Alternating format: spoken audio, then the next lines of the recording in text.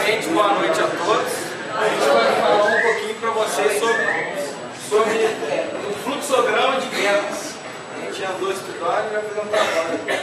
É o seguinte, a primeira parte, provavelmente a mais importante, que vai dar andamento ao ciclo inteiro, é a visita ao cliente. Pelo seguinte, a visita ao cliente, primeiramente ele vai chegar no cliente e vai mostrar o produto, tecnicamente falando. Só que de uns anos para cá tem acontecido o seguinte, o vendedor vai ao cliente primeiramente e pega todos os dados, CNPJ, inscrição estadual, e vai fazer um cadastro. Por meio desse cadastro, ele vai observar se esse cliente tem condição ou não de comprar dessa empresa. Porque ultimamente tem se trabalhado muito a longo prazo. Então, geralmente, a distribuidora vai ter um preço bem legal e também 30, 60, 45 dias. Então, é uma parte bastante importante, porque se o nome da empresa estiver sujo, já não tem como efetuar a venda. Aí ele já não vende, já explica a situação pro comprador, que não tem como, a não ser que essa empresa também trabalhe com compra à vista. Aí sim teria possibilidade de ser feito compra dessa empresa. Agora, se a empresa trabalhar só com boleto, aí já não tem como. Certo? Se for aprovado o cadastro, vai ter apresentação do produto. O vendedor vai pegar, geralmente tem se usado muito tablet. Até um tempo atrás, em torno de uns 3 anos, eles tinham aqueles palm top. Aí as distribuidoras, atacados, eles têm feito uma alternativa de que o vendedor ele adquire o tablet é dele, e de acordo com o seu pagamento vai abatendo o valor do tablet mensalmente, para que fique melhor. Aí a pessoa compra geralmente o sistema do tablet, aí ou a empresa ou o atacado disponibiliza, ou então ele compra, né? Depende, certo? É feita a apresentação do produto. Aí tem também vendedores que vão utilizar de catálogo, que também é antiquado, porque você usa o tablet e tudo mais, só que o melhor jeito do cliente ter acesso aos produtos que você trabalha e tudo mais, não tem como, é o catálogo, porque é a porta de entrada, porque ele vai ver o produto que você tem e depois vai pesquisar preço também, que é muito importante. Apresentação do produto. Aí o cliente ele vai escolher o produto, ou pelo que o vendedor ofereceu, fala, ó, tem tal produto aqui, a um preço bem legal, por exemplo, milho, a R$ 1,89 de custo, ó, preço muito bom, não sei o quê. Depois que o cliente escolhe o produto, pelo tablet mesmo, pelo sistema, vai ser observado se esse produto tem ou não estoque. Porque o vendedor ele sabe, porque a primeira venda que ele fez no tipo, por exemplo, começou às 8 da manhã e foi me atender meio-dia. Ele falou daquele milho, só que ele não tem certeza que aquele milho tem no estoque ou não. O único jeito dele ver mesmo é olhando o sistema. Pelo tablet, pelo palm top que ele estiver utilizando, ele vai observar isso no estoque. Se não tiver no estoque, ele vai apresentar mercadoria similar. Ele vai pegar, vai falar, ó, eu não tenho esse milho, mas eu tenho outro, às vezes até mais barato, e vai tentar convencer o máximo possível o comprador de que é legal comprar dele, de que ele precisa comprar dele. Se deu certo, se ele verificou no estoque, está tudo legal, aí beleza, já foi feito, ele vai fazer um pedido para o comerciante. Tem se utilizado muito isso também. Ele vai fazer no palm top ou no tablet o pedido e ele vai mandar por e-mail o pedido. Porque ele já vem certinho, às vezes com a substituição já, tudo bonitinho.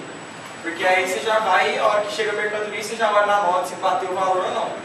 Tem uns que ainda utiliza manualmente, ele vai fazer para você também já com a escrita tudo certinho, só que porém é manual, né? Aí você vai, verifica, tem uns dois meios, tem o manual e tem os que mandam por e-mail, o e-mail é mais fácil, faz o pedido. Aí, ao fazer o pedido para a empresa que ele está vendendo, o vendedor vai enviar o pedido para a empresa dele, para poder ser efetuado. efetuado mesmo, vai ser, vai dar terno, né, no ciclo. Aí ele vai efetuar mesmo a venda, vai ser feita a nota fiscal, tudo certinho. Tá. Certo. Um fato bastante interessante é o seguinte: atualmente tem se utilizado muito de venda pelo telefone. Só que ela não tem o mesmo êxito de quem vai no comprador e oferece o produto e insiste, não sei o que, não é a mesma coisa. E um outro fator que tem auxiliado muito os vendedores que vão nas lojas e tudo mais é enviar promoção pela internet. Porque se quer fazer uma cotação, por exemplo, a Upside ela tem uma maneira bastante interessante. Todo começo de semana e final de semana eles vão enviar no e-mail do supermercado uma tabela com os preços que vão estar em promoção. Geralmente preço muito bom de preço mesmo, produto muito bom de preço. Aí fica bem mais fácil. Outro fato bastante interessante é na parte do cadastro do cliente. Porque é muito importante, cada vez mais, o cliente ele mantém o seu cadastro sempre para ser aprovado. Ou seja, agendando o boleto de forma mais correta possível que ele poder, porque às vezes um deslize, uma semana um atraso do boleto já pode significar o nome sujo da empresa. Isso não é bom nem para o vendedor e nem para o comprador. É isso aí. Alguma pergunta? Tem? Não?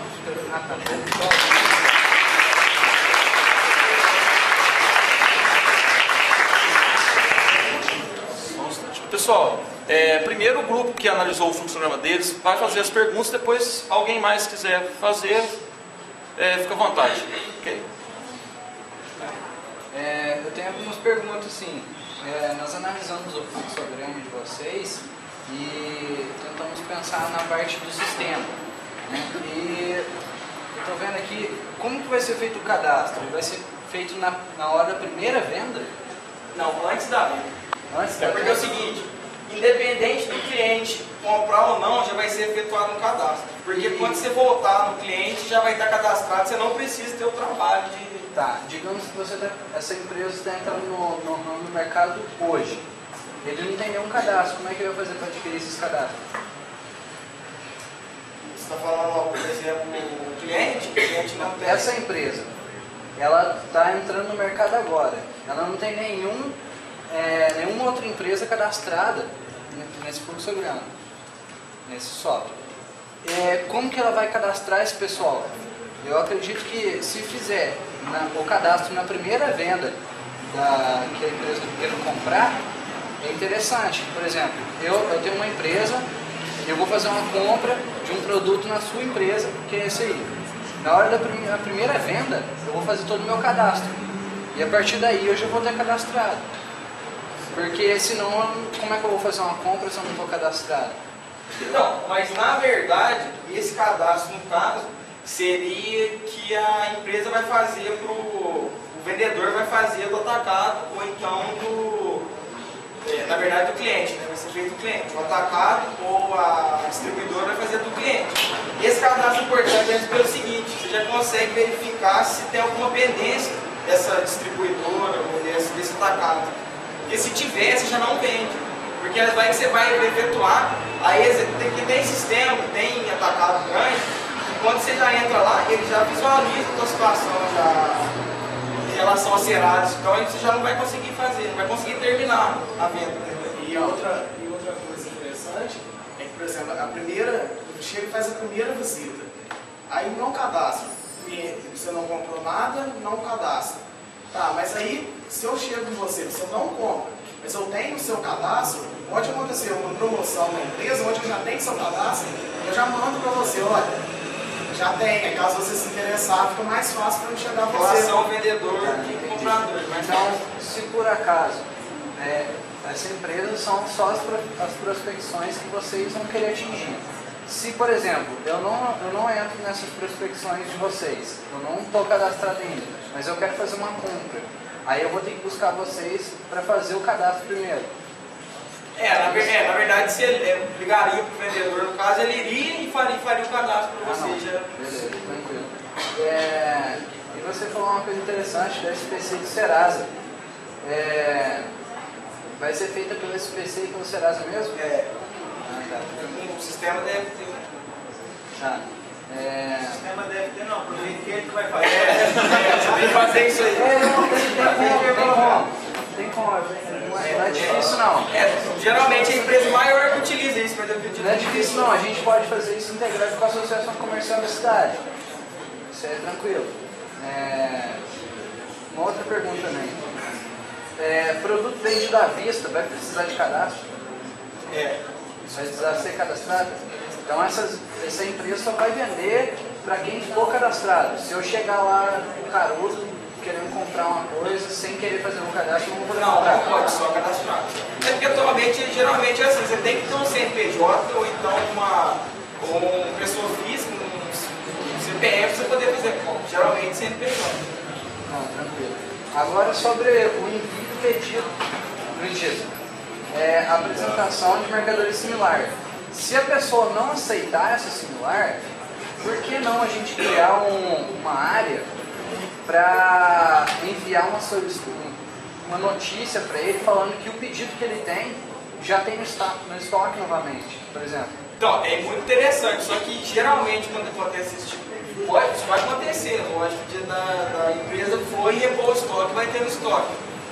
É interessante sim, mas o problema de, vamos supor, quando o produto está em promoção, o produto está bom mesmo de preço, ele não vai, se ele voltar no estoque já vai ser com o preço novo, entendeu? Já não vai ser com o preço antigo. Mas se ele podia ser informado, alguma coisa assim. Então, aí poderia acrescentar nesse fluxograma uma parte para enviar essa notícia que tem no estoque novamente.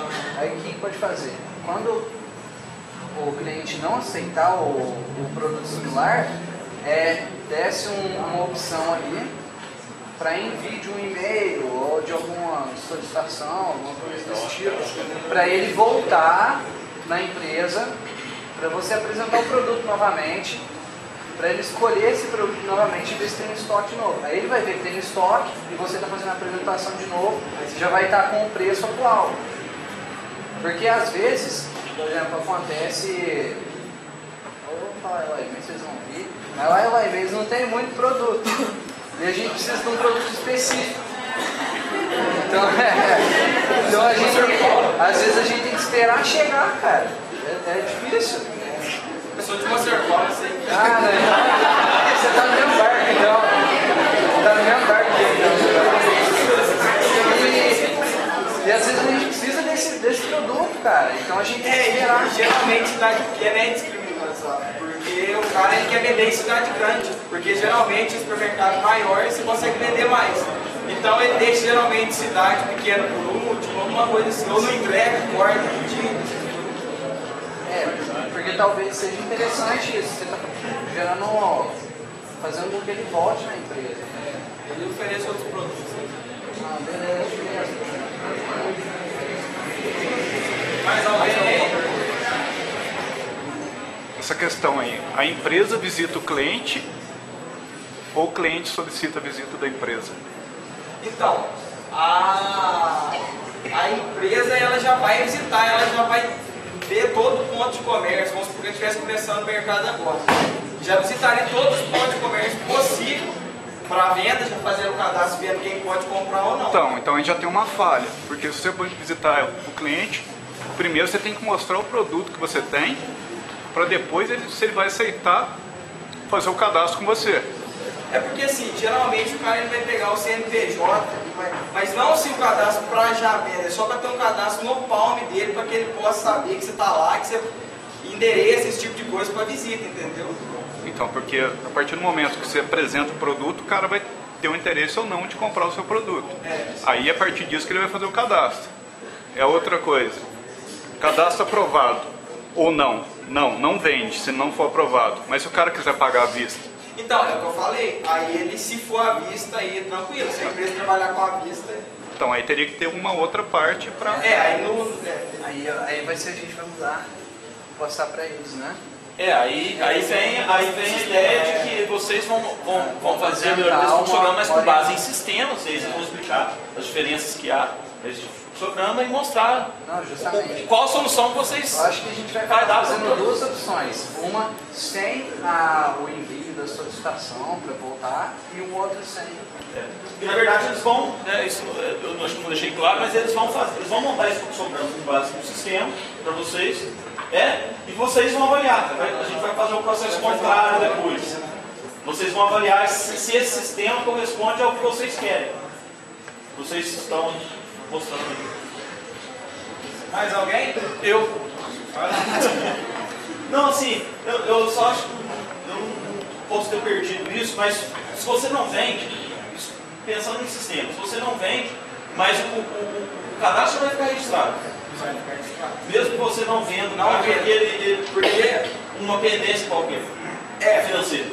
Aí você vai continuar visitando eles, porque vamos supor, às vezes o cara tem um nome bom, você já pesquisou na praça, só que tá negativado o nome dele por uma crise ou alguma coisa. Aí passou, você está visitando ele, você viu que o nome que agora tá limpo, você pode fazer venda normal. Isso, E como que isso voltaria no fluxo?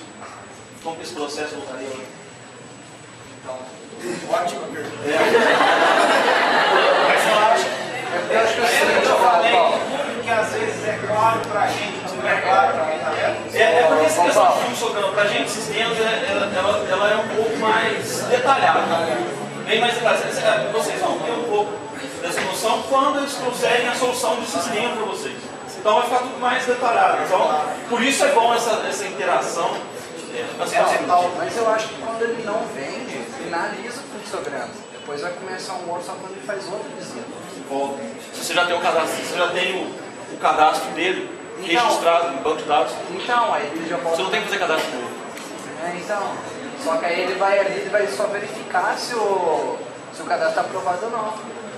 Sim, eu tô falando, mas você não vende, mas eu não estou vendo onde você vai voltar nesse processo. O fluxograma tem que te dar essa opção de você voltar.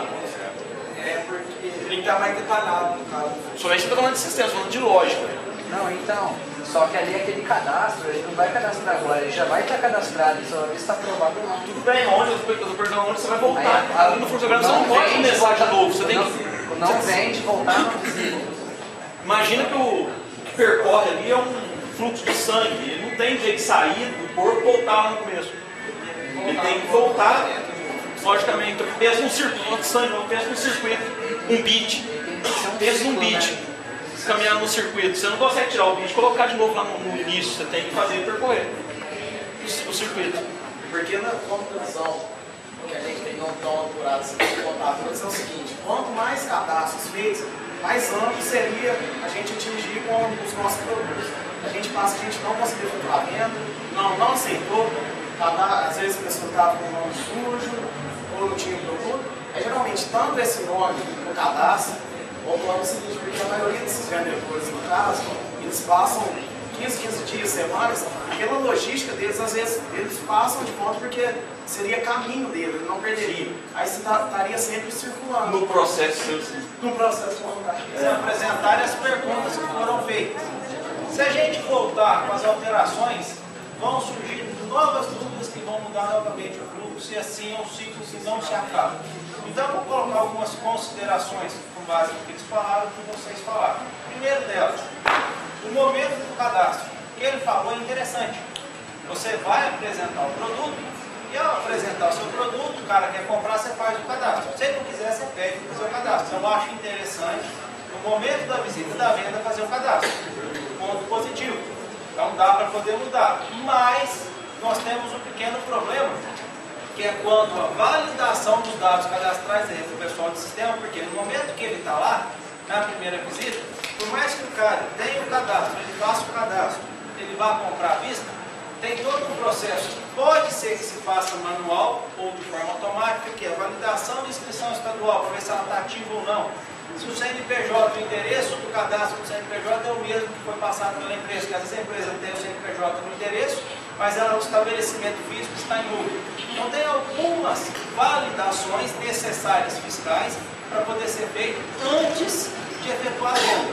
E isso, você perguntou, se o cara quiser comprar à vista, tem que fazer o cadastro? Tem, por causa das necessidades fiscais, que tem que estar na nota fiscal. Então, de qualquer forma, tem que ter. Então, eu acho que é interessante, sim, no momento da visita, fazer o cadastro, mas você ter aí um determinado processo que, mesmo que seja à vista, a primeira venda tem que fazer uma validação dos dados que foram passados para depois continuar com o processo de venda. Então, eu acho interessante mudar o momento do cadastro, mas levar em consideração que tem essa validação no momento de fazer a validação dos dados fiscais. E eu acho que é só isso. Beleza. Muito obrigado.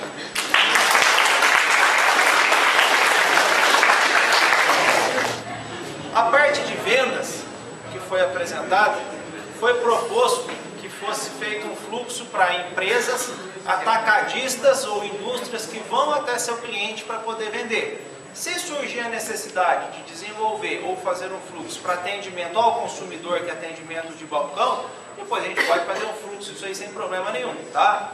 A parte de compras, existe a necessidade que é gerada através de requisições e foi colocado lá através de MRP. Só que em momento algum nós fizemos o fluxo da parte da indústria, tá? Nós colocamos essa necessidade, mas estamos trabalhando como se fosse uma empresa comercial, só compra e vende, não tem processo produtivo, que senão ficaria muito extenso, inclusive para fazer o desenvolvimento com muita customização, beleza? Pessoal, boa noite. Me chamo Guilherme, eu vou estar falando do fluxograma de compras. Como ele já falou, a gente abordou o fluxograma de uma forma geral, não específica, direcionada à indústria. Então, assim, o primeiro processo que ocorre é a ausência de algum item, de algum produto, no caso ele gerado pela manufatura, ou simplesmente faltou alguma coisa, a pessoa já tinha que tem que estar verificando essa falta desse produto. Que no caso seria isso que eu falei, ou a ausência de produto, ou a questão gerada pela manufatura, que a gente não levou em consideração a especificação, mas não deixamos de estar citando ali no processo. Então, depois que a pessoa vê que está faltando o item ou produto, ela solicita ao almoxarifado ou à pessoa responsável da empresa se dentro da empresa tem aquele item. Aí, no caso, vem um questionamento se o item está disponível sim ou não, e sim, é suprida a necessidade da pessoa. Porque, como a gente às vezes trabalha em vários setores, a pessoa sentiu uma ausência, perguntou para o almoxarifado ele tem, ele envia o produto e supre ali, ele termina o processo. Se não, aí, no caso, o setor de almoxarifado, ele faz aí a requisição de compras e envia para o setor de compras. Aí, no caso, essa requisição é enviada pelo supervisor ou gerente ou responsável pelo setor de almoxarifado. Então, ele vai estar preenchendo essa requisição e nessa requisição ele vai ter que estar colocando tudo aquilo que ele necessita de forma que não gere problemas no final que ele recebeu o que ele pediu. Então, ele tem que estar descrevendo quantidade. Geralmente, algumas empresas têm a política de não citar marca, mas ele tem que descrever de uma forma que faça o comprador adquirir o que ele está precisando. Então, quanto mais explicado for essa requisição de compras, melhor para atender todo mundo dentro do processo. Então, o setor de compras recebeu essa requisição, o responsável pelas compras vai estar realizando as cotações. Então, assim, nesse sentido de realizar a cotação, a gente fez a consideração assim, que compras até R$100 é recomendável que se faça no mínimo 3 cotações. E compras acima de R$100 é obrigatória a formalização dessas cotações. Que no caso é o recebimento das propostas de quem vai estar vendendo para a gente. Então, no formulário deles, o CNPJ, as informações da empresa e todas as condições que a gente solicitou. Produto, preço, formulário da empresa. Porque assim, com relação ao produto, às vezes a gente precisa comprar uma caneta, então se não precisa estar passando pela burocracia de estar fazendo 3 cotações para comprar uma caneta. Então a gente estipula esse valor de R$100, que é o que obriga a estar realizando essas cotações obrigatórias e menos dias são recomendadas. Então a gente recebe essas propostas, o setor de compra recebe as propostas dos fornecedores e faz as avaliações e entra no seguinte questionamento se algum dos fornecedores estão atendendo aquilo que a gente solicitou.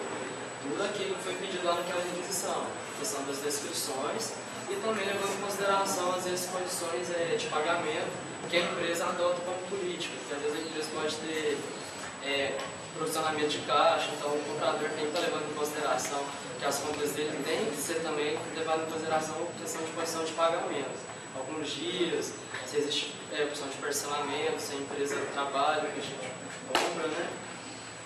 Se nenhum dos fornecedores atendeu o que a gente pediu, a gente volta no procedimento de realizar novas cotações. E claro que com outros fornecedores, já que aqueles iniciais não nos atenderam.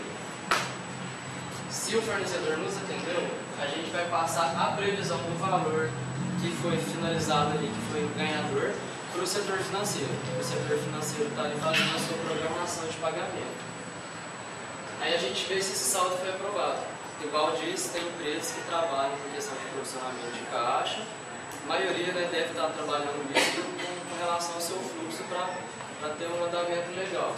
Então, se o saldo não for aprovado, aí tem que estar realizando nova cotação. Faz a nova cotação e volta aqui no processo. Só que assim, senão, se ficar sempre sendo não aprovado ali, esse não vai ter fim, né? Então fica estabelecido que a partir da terceira vez que não foi aprovado, a pessoa volta ali nessa realização. Porque às vezes ela fica esperando ser aprovado pelo setor financeiro e ela nunca vai sair disso. Então, a partir da terceira vez que foi recusado aquele saldo, ele retorna ali na realização das cotações. Igual eu estou falando, se for necessário a nova cotação, ou seja, já passou aquele tempo, realmente não vai ser, então ele volta e realiza. Senão ele espera, o financeiro está falando, ó, aquela cotação que você passou, que ainda está no tempo do fornecedor, pode passar que agora vai ser aprovado. Passa o valor.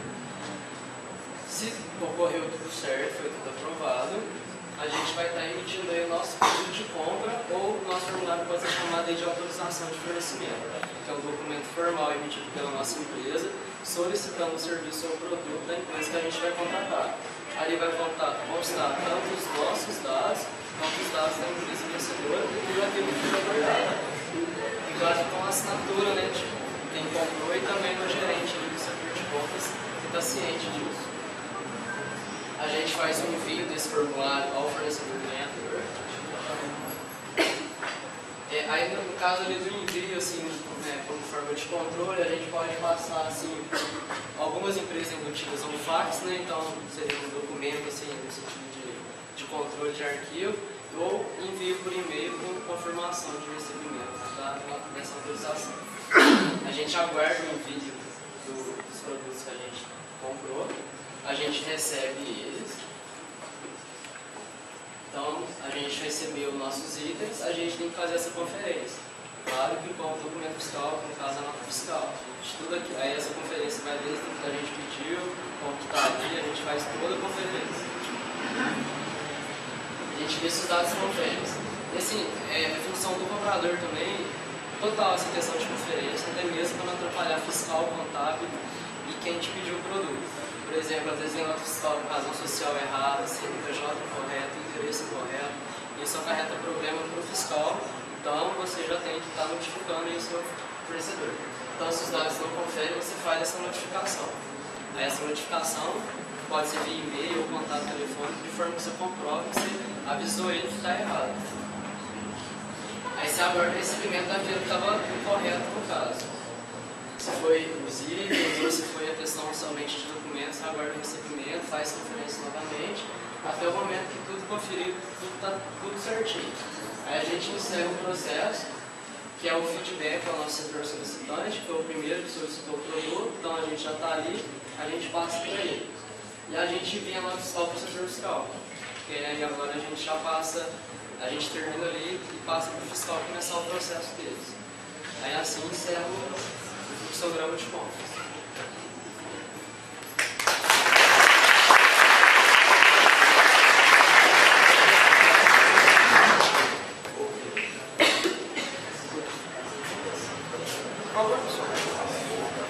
Minha pergunta é o seguinte: qual que é o critério de seleção, por exemplo, na cotação quem garante fornecedor a compra é o preço? Só que qual que é o critério de seleção para que o fornecedor possa entrar na cotação? Na verdade, o critério de exclusão. Por exemplo, se ele já teve produto devolvido, se ele não é, se ele atende, mas não é na necessidade que a compra for. Qual que é o critério que eu tenho para poder, caso excluir algum fornecedor automaticamente na minha cotação, para evitar problemas? Assim, isso daí vai mais da vivência de quem está no setor de compras. de início, a primeira compra com o fornecedor é muito complicado, você já adquirir a opinião de outras empresas. Mas a partir do momento que você fez uma pesquisa na internet, realmente, network com pessoas sempre funciona muito, com outras empresas você saber quem pode atender. Mas a questão de não ter dado certo aí é a questão da vivência. Aí, a partir do momento que não deu, aí já é critério da pessoa que faz a compra de não solicitar, porque ela sabe que vai apresentar problema para ela depois. E assim ela pode ser questionada com você. Bom, um histórico já de outras situações que houve algum problema e teve que ser devolvido um produto ou a nota, ou por exemplo, se precisa de um produto para hoje e esse produto se não percebe de outra cidade, então tem que enviar para os computadores e ele já é excluído por não ser da própria cidade, algum tipo de ajuda. Sempre tem a possibilidade de ter, mas aí é mais uma questão de. Eu acho que já seria mais vivência da pessoa mesmo nesse sentido, porque a nível de sistema é muito, acho que é muito complexo a gente conseguir filtrar dessa exemplo, cadastro, tem a possibilidade de você desabilitar ele em questão de crédito, se ele também se você também é cliente dele, alguma coisa do tipo, Sim, como se diz, a gente comprovou que sim, o fornecedor mais de uma vez não nos atendeu em alguns critérios adicionais. Vai da pessoa que está responsável, no caso do comprador que lança esses fornecedores no sistema, né, de estar excluindo também ele para, como se diz, às vezes ele esqueceu. Ele simplesmente já tirou da lista. Então não precisa ser nada automático, vai do comprador. É vivência da pessoa mesmo.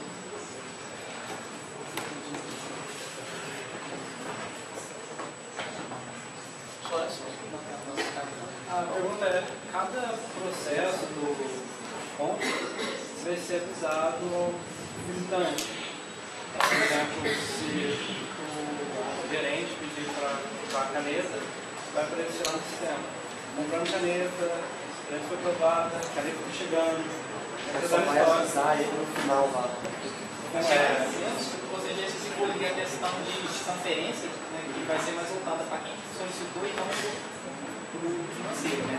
Quem tem a autorização geral do processo, ou se é só iniciado e se você conseguir. Não, assim, quem solicitou, a partir do momento que o almoxarifado solicitou, ele já tem um controle total do status. Está em andamento, foi aprovado, se foi autorizado. A conferência não faz parte do estudante, não do financeiro, não, só prova. Mas no sistema você consegue fazer isso. Você gera isso. A gente consegue. Só para avisar no final, levantamento. Tá, ele está levantando essa requisição que ele quer que faça. O sistema deles precisa disso. Então, agora a parte do almoxarifado, é interessante que ele que está passando no setor de compras, né? Então ele vai estar incluindo ali no sistema essa solicitação de compra.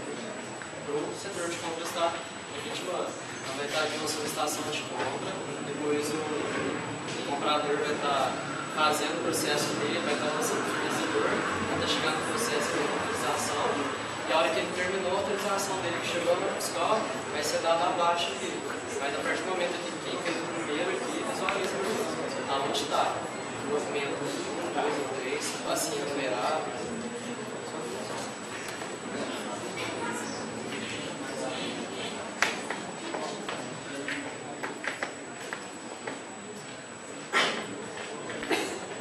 Quais requisitos necessários caso a votação falhe, por exemplo?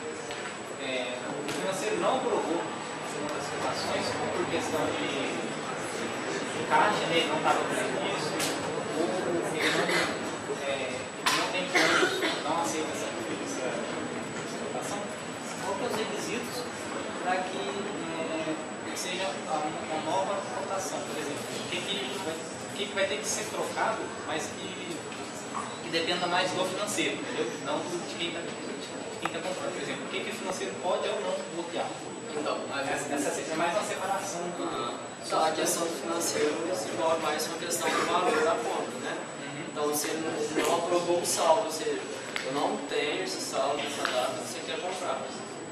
Então, a resposta dele seria nesse sentido. Só a questão do saldo. De saldo. A avaliação do fornecedor também é como saldo e o dado, né? Porque pode ser que ele faça pagamento. Exato. Ele pode falar para mim que não, às vezes eu não tá voltando e pegar o fornecedor. Você primeiro pergunta se ele pode aumentar as empresas nesse prazo. Esse exemplo de questão também de forma de pagamento financeiro também que a não aceita essa funcionamento. Exato. Mais alguém, pessoal? Eu só queria elogiar porque eu acho que ficou muito amarradinho. Bem amarradinho do mundo. Parabéns. Agora deixa eu fazer as considerações. Eu achei interessante uma coisa que ele falou quanto a quais os critérios para poder aceitar ou não o fornecedor. Existem sistemas que possuem controle de qualidade. Cada compra que você faz, existe prazo, preço, qualidade, ele tem que seguir. Toda vez que ele foge do padrão, ele é demeritado, perde pontos. Então, fazendo o histórico dele. Exatamente, seria uma sugestão interessante colocar esse controle de qualidade dentro de cada compra para ficar o histórico. Isso eu achei muito interessante. Quais os critérios para poder avaliar a compra? Foi uma outra pergunta que você fez. Seria interessante você colocar nesses controles da qualidade do produto, se está dentro ou não para você, ou dar ok ou demeritar o fornecedor, prazo de entrega, que dependendo da empresa, isso é algo extremamente importante. Vídeo, por exemplo, se você atrasar um dia, a multa é violenta, porque você para a produção dela. E preço, porque às vezes você não tem o preço exatamente do jeito que você quer, ou o preço dele está muito fora do mercado que está sendo praticado. Mas se você não tenha comprado, você tem um demérito que nas cotações ele está ficando sempre acima. Então é algo que pode chamar a atenção de quem está fazendo aquela compra. O acompanhamento, quando a gente faz uma compra na internet, você digita lá seu login, você vai saber se já foi expedido, se foi comprado. Quem fez a requisição, quem controla é o almoxarifado, perfeito? Mas quem requisitou vai estar no usuário dele, vai saber, ó, o pedido que eu fiz, o cara já fez a cotação, já está entregando. Pode acompanhar. Isso eu achei bacana também. E algo que eu não sei se cabe ou não está no fluxo. Por que pode barrar? Às vezes você não tem saldo previsto para aquele dia, ou para aquele prazo, ou principalmente o passo anterior. No momento da cotação, você pode amarrar o orçamento. A empresa fala, eu não vou gastar com material de escritório mais do que 5 mil por mês. A hora que vai acumulando, chegou naquele teatro, pera aí, ó, você não pode mais que já atingiu 5 mil. Você vai pedir autorização para o superior lá do financeiro, se pode ou não aumentar o orçamento. É onde se faz o orçamento e depois compara-se o real com o orçado, para saber por que eu não atingi o resultado, porque eu vendi menos que eu pretendia, eu gastei mais do que eu podia. É onde você faz um histórico, você faz um padrão, isso é o meu ideal, isso é o que aconteceu. Então, o orçamento, dependendo lá no momento da cotação, seria algo interessante.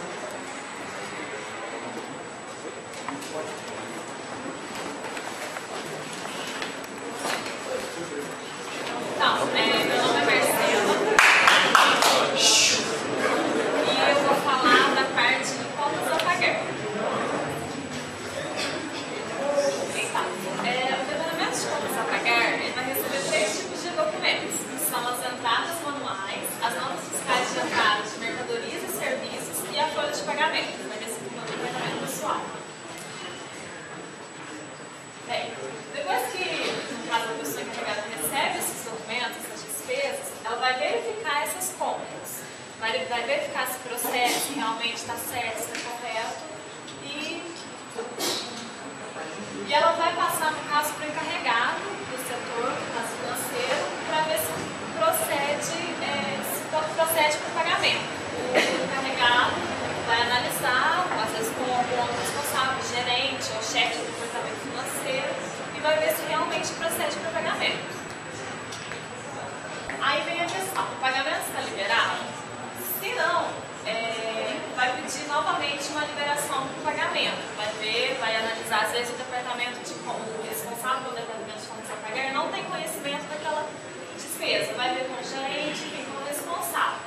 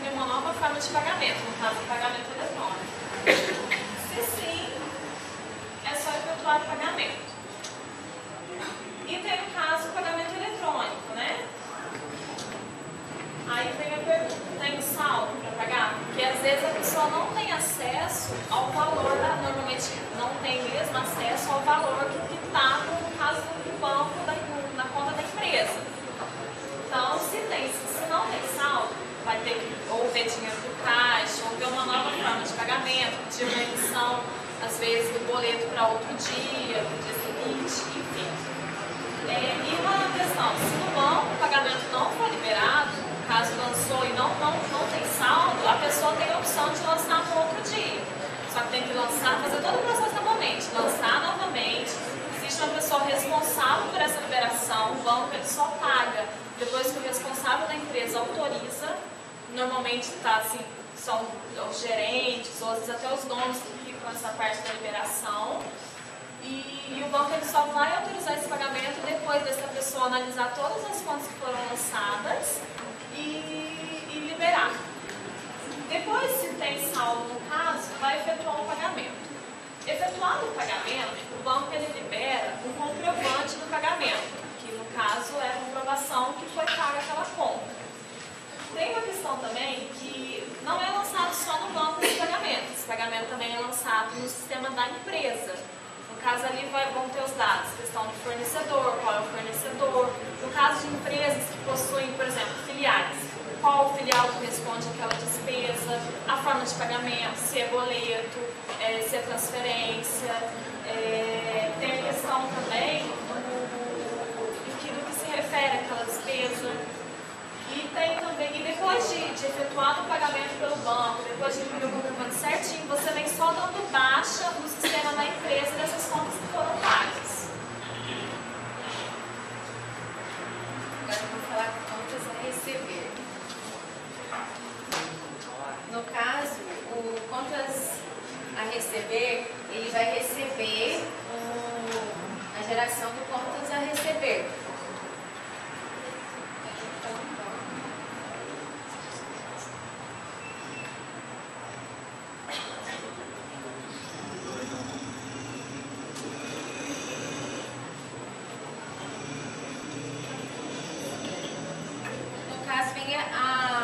Pergunta que é cobrança boleto. Se for sim, o que é o boleto? O boleto é aquilo que eu vou mandar para o banco. Se a minha resposta for sim, eu vou gerar e enviar esse boleto para o cliente. Eu gerei o boleto, aí eu tenho que gerar e enviar um arquivo remessa para o banco. Vamos procurar para o banco aceitar.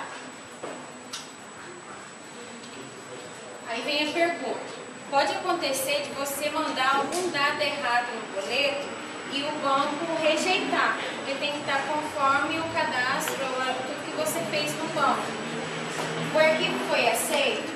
Se não, você vai ter que gerar, corrigir o erro, gerar um novo arquivo e mandar para o banco novamente.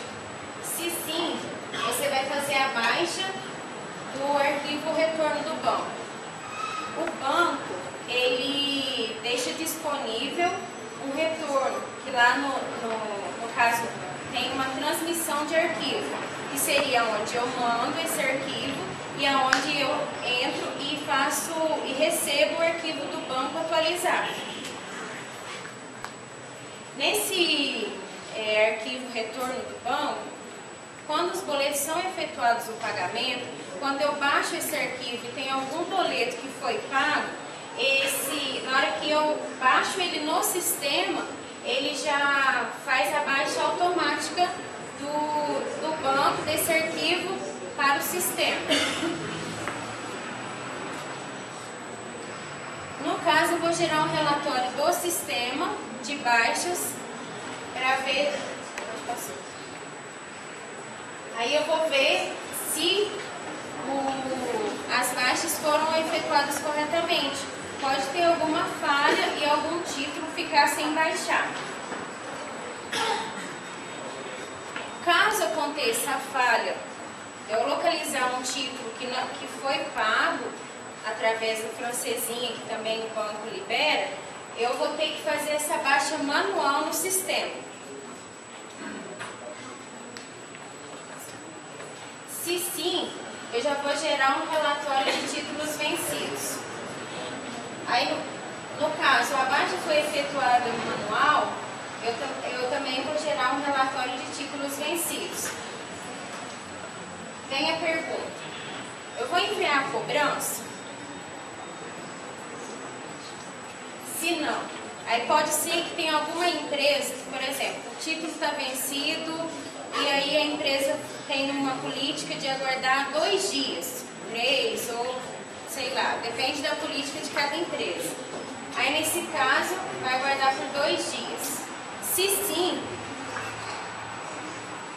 a pessoa vai pegar, né, e enviar um e-mail cobrando aquele cliente, falando para ele que aquele boleto está vencido. Aí vem a pergunta: esse pagamento foi efetuado? Se não, vou enviar cobrança e volta no processo tudo de novo. Se sim, eu vou fazer a baixa manual no sistema. Aí nesse caso na baixa, o que acontece? Quando o título ele está no banco, tem algumas políticas de empresa, tem a questão do protesto. Aí por isso que tem a política de 2 dias para você enviar a cobrança e o cliente te dá um retorno para não acontecer o protesto. Aí dependendo do caso, se for para protesto, aí essa baixa vai ter que ser feita manual. Porque aí você vai em cartório, tem todos os processos lá. No caso, agora vem a fatura. Qual que é a diferença do boleto e da fatura? O boleto ele vai para o banco, né, e corre risco de ser protestado. A fatura, nesse caso, ela é em carteira. Então não tem nenhuma negociação com o banco, não vai para protesto. Então é direto com o cliente. Eu vou fazer a mesma coisa, vou gerar e enviar a fatura ao cliente. Como que é feita essa verificação? O cliente deposita, ele faz um DOC ou um TED no valor daquele documento. Aí você entra no banco, tira o extrato diariamente, né? Do dia 8, no caso, você tira do dia 7. E aí você vê o que foi pago. Aí os títulos foi pagos? Não. Aí entra no processo de você fazer aquela pergunta se você vai enviar a cobrança, se você vai aguardar. Se você for enviar, você já manda um e-mail, se não você aguarda, depois você verifica o pagamento. Se sim, o pagamento foi efetuado, você faz a baixa manual no sistema. Fim.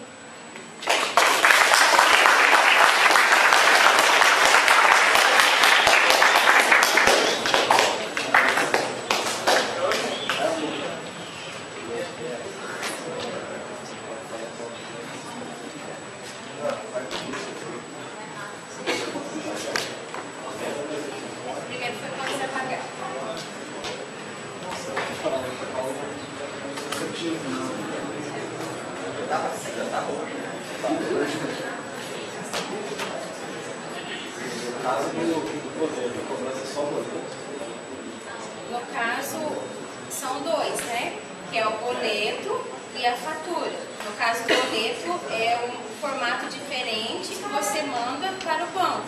E a fatura ela tem um formato diferente que você não tem nenhuma informação com o banco. Você cobra o cliente, não tem aquela questão de protesto. Não tem o protesto, né? Porque se você coloca o título no banco, automaticamente, no caso, tem as políticas. Aí fica lá, venceu o título hoje. O banco tem a política. Aí a empresa que vai ver qual política que ela quer colocar. Aí ele vai para o protesto, vai para o cartório e tudo mais. Essa fatura não tem essa questão do protesto e tudo mais, porque não tem o banco. Aí é a relação entre a empresa com o cliente.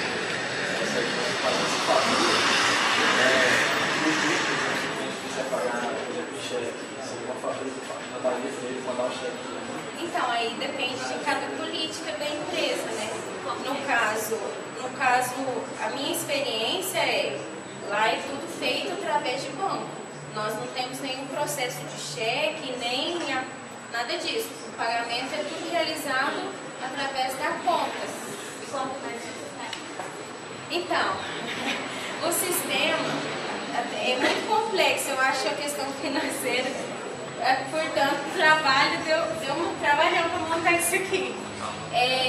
No caso, na nossa empresa, eles tiveram que estudar, foi bem trabalhoso, porque não é uma coisa que existe assim, né? Mas como que eles montaram? Aí eles fizeram o sistema de acordo com o que a gente precisava, aí tem que ter o contato com o banco, né, para pegar como que tem que ser o layout do boleto, das coisas para enviar, e o da fatura eles pegaram que a gente já tinha um modelo antigo e nós passamos por uma troca. Aí tinha um modelo de como seria aquela fatura e eles montaram esse modelo de acordo com o que a gente queria. Aí é tudo assim, as informações são passadas de acordo com o que o cliente quer. Se você quer o boleto, a fatura assim, aí você passa o formato e eles montam da forma como você quer. Aí eles criaram uns campos lá, se é ano fiscal, se é boleto bancário, aí cada um tem uma configuração diferente. Porque na hora que eu seleciono o boleto bancário, ele já traz para mim a conta e ele gera o número que tem que ter padrão com o banco. Então, além disso, foi enviado o layout do banco, da cobrança, para eles trabalharem como seria feito o processo da cobrança através do boleto. Tá, do boleto não entendeu, tá?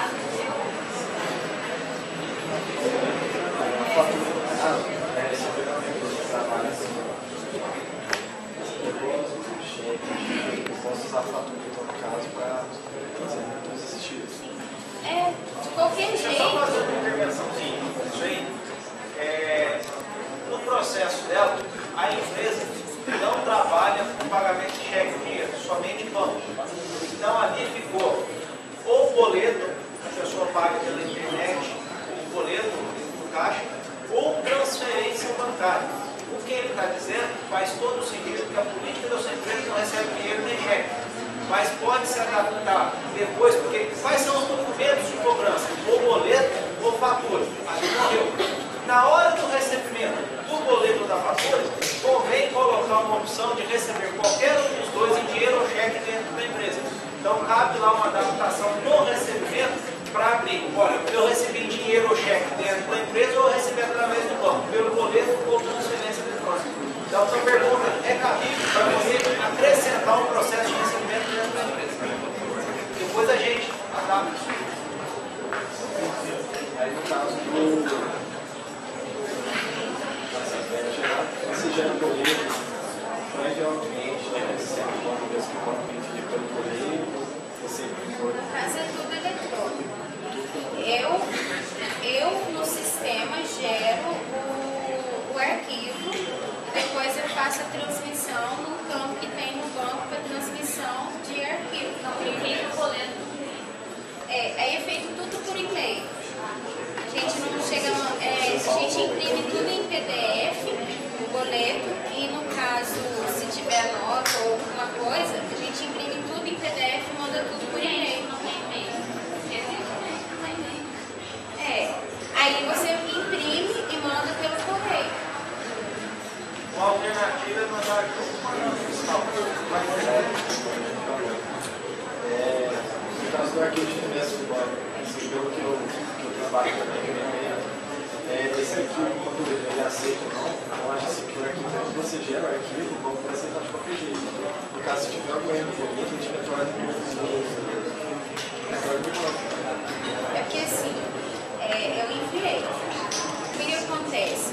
Se eu lançar alguma informação, porque os dados dos juros, ao dia e tudo mais, é a gente que lança a conta e tudo mais, é manual. Então, se acontecer de alguma coisa não estar de acordo com o cadastro da empresa e eu enviar esse tiro, no outro dia eu recebo, porque é cobrado de cada boleto que eu mando uma taxa. Então eu tenho que imprimir para ver ali a francesinha no site do banco para ver se todos os boletos foi aceito. Se eu não tiver nada, tem um campo que fala lá de arquivos rejeitados. Aí é onde eu vou descobrir que aquele arquivo meu não foi aceito. Aí eu gero novamente, corrijo, gero e mando novamente para o global. Mas ele não aceita isso ali, então depois não vai achar, né? No dia seguinte, porque não, mas no caso do fluxo lá. Baixa do, por exemplo, o arquivo de retorno que vai dar essa Vai enviar de informação. qualquer jeito. Depois que retornar, ele vai falar se aceita ou não. sim, de todo jeito, com erro ou correto, você envia. Aí no outro dia seguinte que você vai ter a resposta se o seu arquivo foi aceito ou não. Essa resposta é no banco. Então, É o que ela está dizendo, que é só trocar. Você só tem o arquivo aceito sim ou não, depois você baixou o arquivo de retorno. É só inverter, entendeu?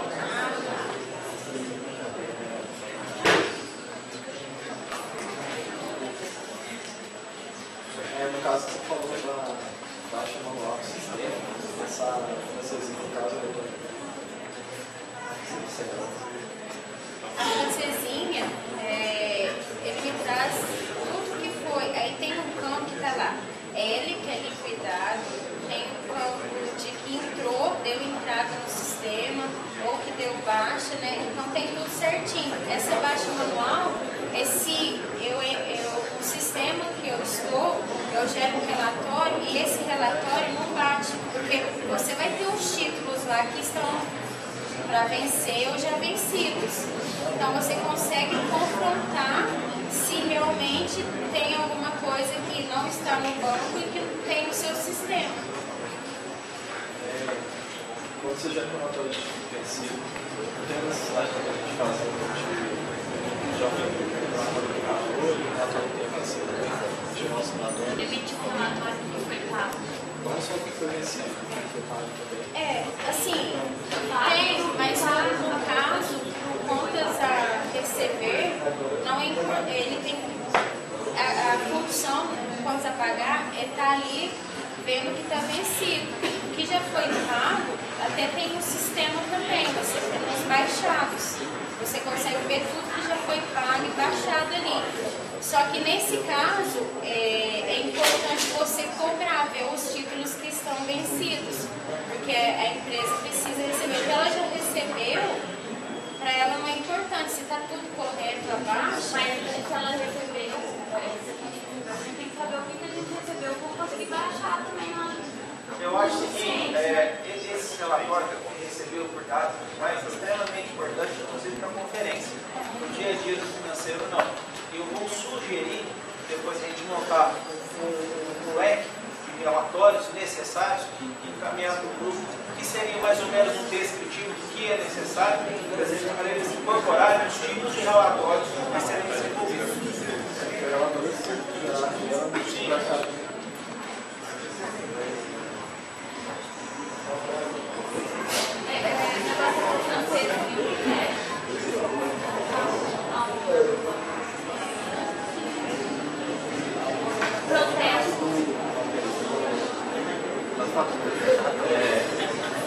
Verifica os dados do negócio manual, a pessoa está lá registrada.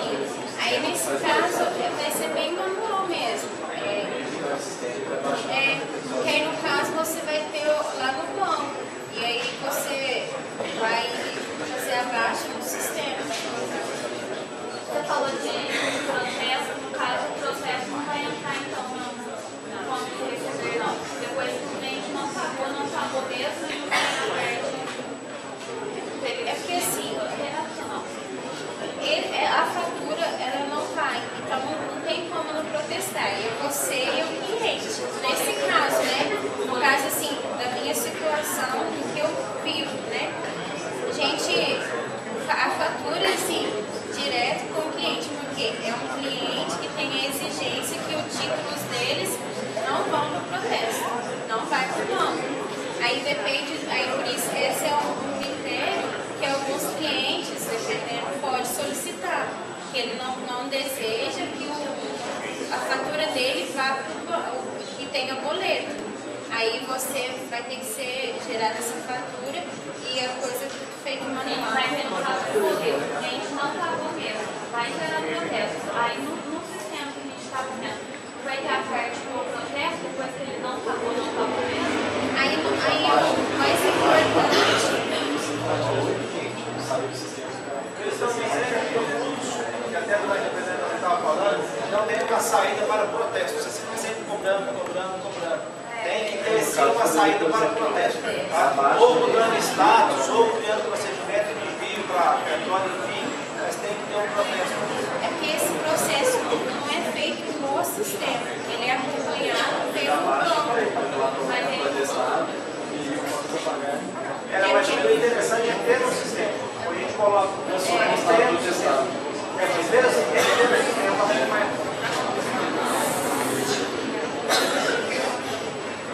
No caso desses, eu nem entendo muito bem, tem um padrão, né, de arquivo. Tem um padrão de nada. Padrão de nada. Aonde eu acho? Você tem no site do banco, você tem nada 200 ou 240, depende de cada banco.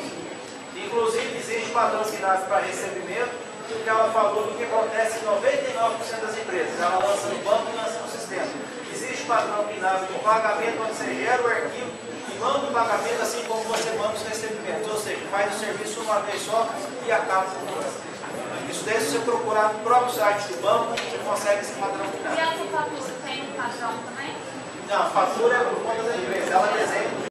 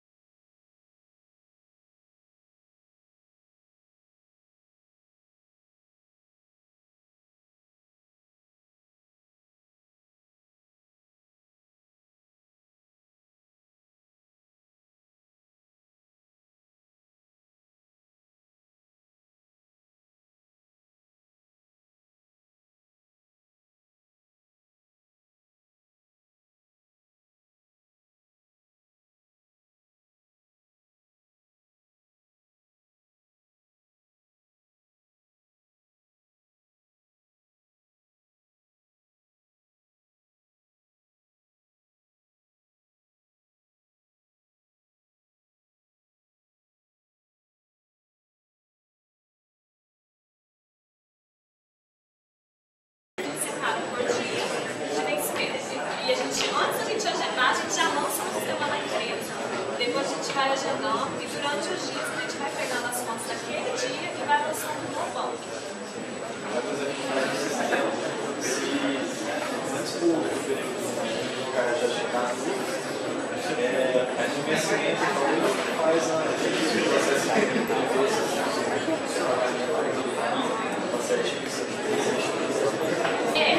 No caso, você vai verificar.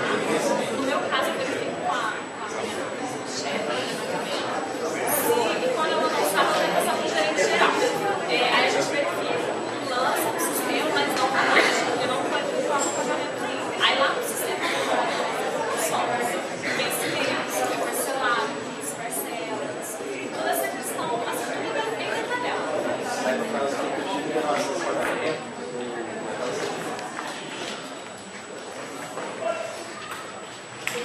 O departamento de compras e o departamento de faturamento, eles vão ser responsáveis para fazer o envio de documentos no departamento fiscal da empresa.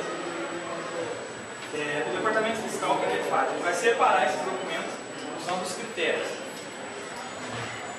O documento fiscal eletrônico, se sim, ele tem que fazer a importação do arquivo XML e, muito importante, arquivar esse arquivo. Ele tem que ficar salvo todos os arquivos XML de todas as notas. Se não, fazer o lançamento manual da nota. Esse lançamento é nota fiscal de entrada. Se sim, fazer as alterações no arquivo importado. Se não, está correto o lançamento, no caso a nota fiscal de saída, não está. Fazer a carta de correção para corrigir CFOP, CST, o que estiver errado na emissão da nota. Se tiver correto, um pouquinho do que ele falou, se está correto ou não. Questão da carta de correção. A carta de correção ela não pode ser feita para alterar qualquer dado na nota fiscal. Ela tem os dados que elas podem ser corrigidos desde que não altere valor e nem altere, descaracterize, no caso, o destinatário. O CNPJ, por exemplo, você não pode mudar. O que seria aquela alteração que ele falou na questão da saída? Seria essas verificações, questão do CFOP, um dado adicional, você faria essa alteração.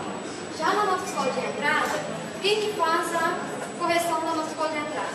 No caso da nota fiscal de entrada, seria a nota fiscal de compra. Você vai verificar se a sua nota está com os dados corretos. Se ela não estiver correta, você vai solicitar ao seu fornecedor a carta de correção dos dados. Esses dados que eu falei que podem ser alterados. E no caso da nota fiscal de entrada também, você importando ela pelo arquivo XML, você vai ter que fazer algumas adaptações para você poder gerar os arquivos que o fiscal, a principal função do fiscal é gerar os arquivos para, no caso do governo, né, com as informações que ele te obriga, e também gerar os encargos, os tributos. Então você vai preparar os arquivos, esses arquivos para transmitir e também gerar os encargos para as empresas. Então na conferência das notas fiscais de entrada, você vai verificar tudo de acordo com a finalidade da tua compra. O que seria essa finalidade? Você compra uma mercadoria do teu fornecedor, que é uma compra de material de produção do estabelecimento. Você vai verificar qual que é o destino daquele produto na tua empresa. Você vai revendê-lo, você vai utilizá-lo como material de consumo, se é um ativo mobilizado. Então todas essas utilizações geram códigos e classificações e impostos de forma diferente. Então, o fiscal vai fazer esses lançamentos de acordo com as especificações de cada produto, a finalidade deles. Então, gerou, fez a conferência dos dados, não se faz de entrada, buscou os dados de saída, e normalmente não são feitas alterações. Você vai gerar os impostos, fazer a apuração dos impostos, estaduais, federais e municipais. Fazendo a geração dos impostos, você vai emitir as guias da empresa. Emitindo as guias, a empresa, você vai verificar. Hoje em dia, a maioria das empresas são obrigadas a gerar o arquivo SPED. Antigamente, a maioria fazia o Sintegra, que é um arquivo com as informações de compra e venda, mas de uma forma mais simplificada. Hoje as empresas são obrigadas a fazer o arquivo SPED, é mais complexo, com mais informações de estoque, de compra e venda, do que o Sintegra de antigamente. Então, se a empresa é obrigada a enviar o Sintegra, você vai gerar o arquivo Sintegra e transmitir. Se ela é obrigada a gerar o arquivo SPED, você vai gerar o arquivo SPED. Nessa geração, nessa validação, que é feita dentro do sistema da Receita Federal, ele vai te falar se tem inconsistências no teu arquivo. Se ele tem algum tipo de inconsistência, que seja erro ou advertência, a advertência, ela pode, dependendo da advertência que você verificar, ela pode ser transmitida. O erro ele deve ser corrigido. Então, se houver erros no arquivo, você vai ter que voltar os seus dados, reconferir e, dependendo até o tipo de conferência, você vai fazer todo o processo novamente, a geração das guias, dos impostos, até gerar o arquivo novamente. Não deu inconsistência, você vai transmitir o seu arquivo e você finaliza os dois principais prioridades do Departamento Fiscal, que é a transmissão do arquivo para a Receita e a geração dos encargos para a empresa.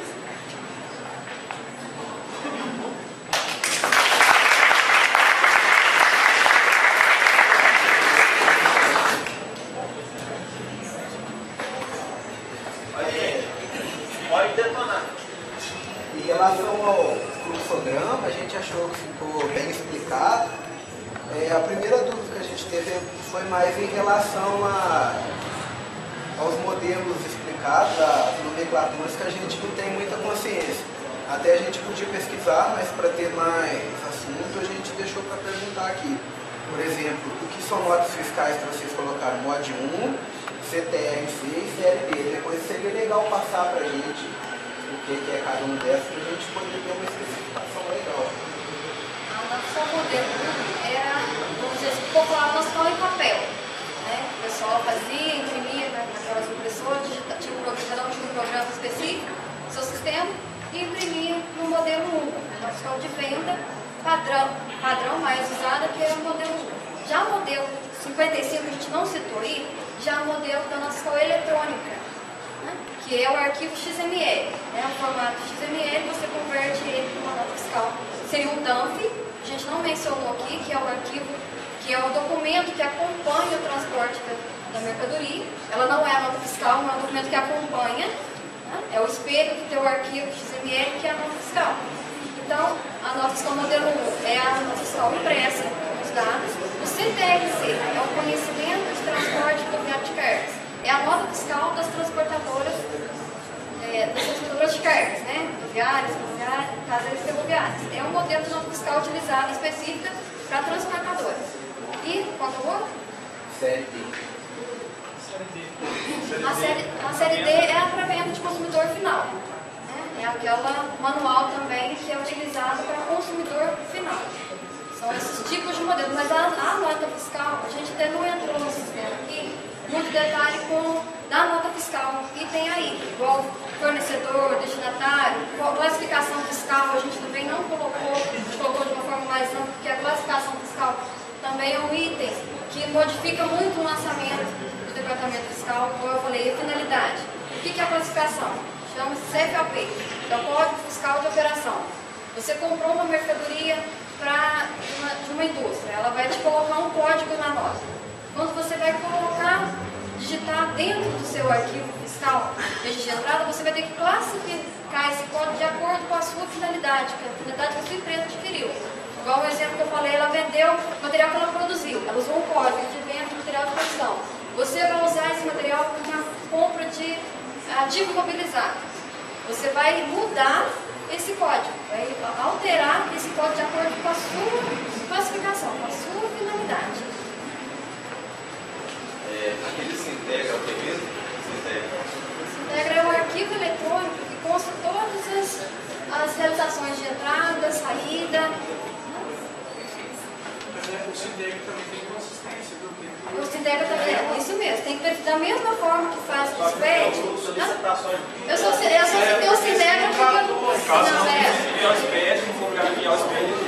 porque a gente enfatizou mais o SPED pela questão que hoje em dia a maioria do SPED. Simples Nacional não. A Simples Nacional também tem a questão dos impostos também, de você... Mas o sistema vai tratar com a comunidade da empresa ou não? O sistema fiscal vai só gerar os arquivos para mandar para um contador externo ou vai ter a contabilidade dentro da empresa?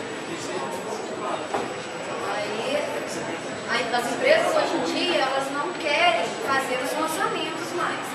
As empresas, elas praticamente querem receber os arquivos prontos para eles só conferir e transmitir. Então, a empresa tem que estar preparada para poder fazer todos os lançamentos, conferências, verificar se está pronto para ser baseado numa contabilidade interna da empresa, interna e contabilidade também. A empresa que é obrigada a enviar o Sintegra, ela tem que ter a contabilidade dela, porque o Sintegra que a empresa emite, que a empresa gera, ele vai levar os itens todos, item por item que ele comprou, controle de estoque, entendeu? Essa parte que você falou, eu acho que encaixa muito na questão que está hoje em dia. As empresas têm que transmitir as informações completas para o contador. O contador só vai fazer a conferência, então o sistema da empresa tem que estar completo, todas as informações completas para só a contabilidade somente confere e faz as adaptações. Mas as informações têm que ir todas as empresas. Pela questão de importação do arquivo XML, você diz isso em qual sentido? Qual sentido? Você pegar o arquivo que você recebe, por exemplo, do seu fornecedor, baixar, ele é obrigado para dar entrada na nota. Vai guardar ele.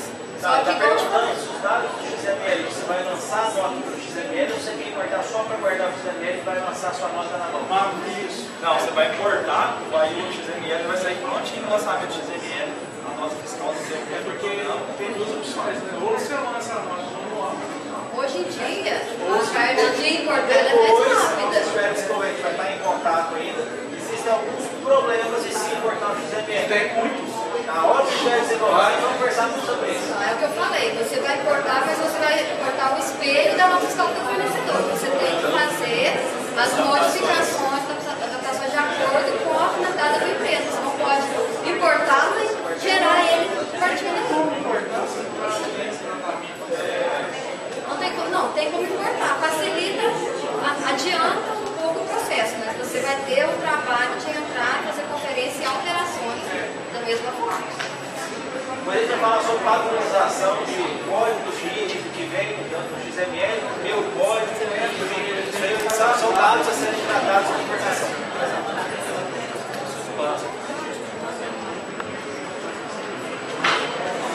É o último a ser elaborado, que a gente precisa de todos os outros departamentos que a gente já foi falado.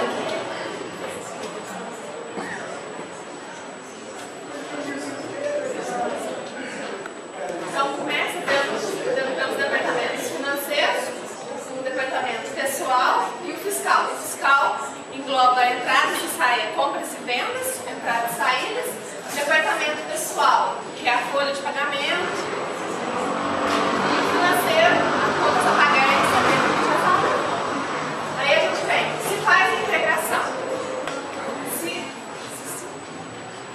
Se faz a integração, faz a geração dos lotes, que é buscar nos outros departamentos os documentos que já foram elaborados para dentro do setor contábil. Se não, faz os lançamentos manuais. Após a integração e os lançamentos, a gente faz a conferência. Se os lançamentos foram feitos, efetuados corretamente, e se na integração, nessa conferência entra a parte de conferência, se os boletos e notas fiscais foram pagas corretamente, se as notas fiscais de entrada e saída entrou e saiu do estoque de forma correta. Então, se está correto, depois dessa conferência, tanto se não estiver correto, a gente volta na origem para fazer as correções. Se for na integração, corrige desde os outros departamentos na integração, se não, nos lançamentos. Se sim, faz a conciliação das contas contábeis, que é na relação dos débitos e créditos mesmo. Se a conta foi debitada e creditada de forma correta. Se está correto, se não estiver correto, faz as correções em relação às conferências, que são os débitos e créditos, volta na conferência e faz as correções devidas. Se sim, emite os demonstrativos contábeis.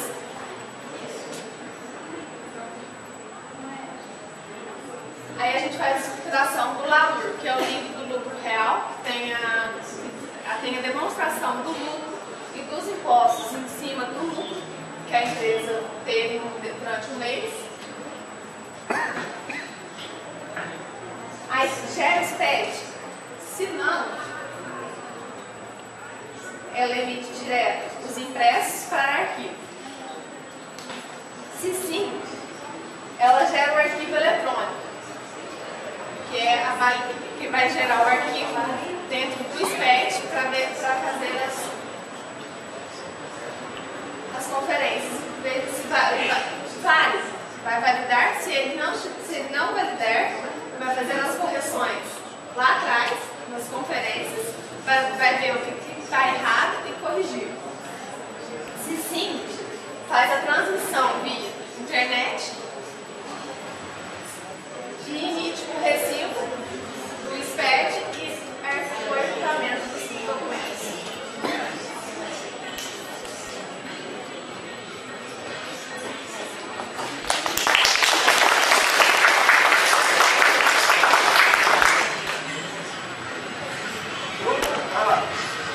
Processo de integração dos documentos. A partir do momento que eu vou gerar o lote, é algo automatizado ou a gente vai ter que entrar com essas informações manualmente também dentro desse lote? O lote seria um bloco de informações? Sim. Aí no caso, gente, pode ser feito manualmente, né, de buscar os outros departamentos e fazer essa geração dos lotes. Entendi. Então, se caso não estiver correto na conferência, eu votaria para integração, certo? Sim. Aí eu ia verificar novamente se tem que ser integrado ou não. Sim, no caso, na integração, a gente verificaria quais foram os erros da integração, corrigiria e integraria. Então, esse quais... Só uma coisinha. Uma das coisas que vocês, contábeis, vão ter que fazer com os outros departamentos é que as informações para a integração vão estar dentro das notas do saída, da entrada, do contas a pagar. Quando você fala de gerar integração, você busca essas informações para gerar uma ótima contabilidade. Se tiver errado, não é o contábil que vai arrumar. Ela vai ter que ir lá dentro da nota fiscal ou dentro do pagamento financeiro alterar a conta contábil para vocês pegarem a informação de novo e gerar a integração novamente.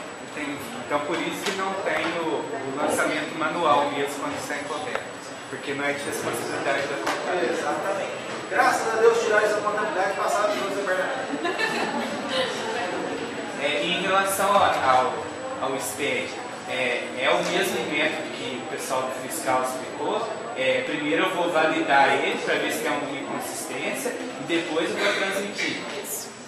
Primeiro é feita a validação para ver se às vezes passou, né, alguma conta que ficou errada ou até mesmo históricos podem, a falta de um histórico, por exemplo, não deixa o SPED ser validado. Aí não tem como transmitir com erro, aí tem que voltar lá para fazer a correção. A escritura, o valor, o livro, ele é um valor bruto da empresa, que é a receita? É o lucro líquido. Entendi. E é feito mensalmente esse valor. É feito mensalmente. E é sempre antes de gerar o SPED. Sim. Entendi. Aí o valor, ele parte na questão dos impostos, que é o que incide sobre o lucro da empresa. Quando você pergunta ali, gerar o SPED, sim ou não? Se eu gerar não, ele gera impressão, e depois não usa isso para mais nada? Sim, porque tem algumas empresas que ainda não estão obrigadas a transmitir o SPED.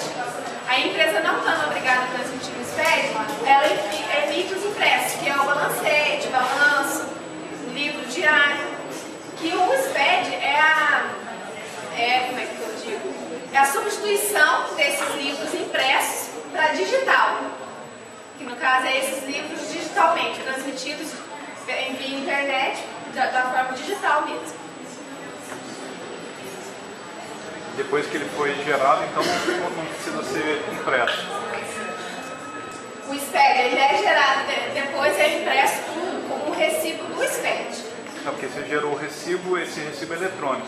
Esse é o recibo do SPED. Aí você... Esse é só imprime o recibo. Só imprime o recibo, você imprimia antigamente para arquivar. O registro é feito de forma eletrônica. Na validação do SPED, você está, se não for validado, você está retornando lá na conciliação das contas. Então, você está supondo que quando eu insiro as informações no SPED, que tem que ser inserida, não pode ocorrer erro mais. Não. Se não for validado, porque tem alguma coisa errada na parte de crédito dele. Sim. Aí no caso tem que buscar qual que é, aí tem que voltar a retornar tudo para saber onde está esse erro, ser corrigido para fazer a validação e a transição. Para você ter uma noção, validou o arquivo SPED, se eu achar algum erro, eu tenho que fazer essa correção em períodos futuros. Eu não consigo nem substituir o SPED que já foi validado, transmitido. E arquivado na junta. Arquivou na junta, acabou. Você não tem como fazer nenhum tipo de correção. Mas no arquivo futuros como que eu vou demonstrar onde? Aí você tem que fazer lançamentos contábeis de estorno e seriam os lançamentos manuais. Aí a partir do momento que você tem tela para lançamento, o contábil vai saber como fazer os estornos para poder arrumar a demonstração dali para frente, mas sem mexer dali para trás.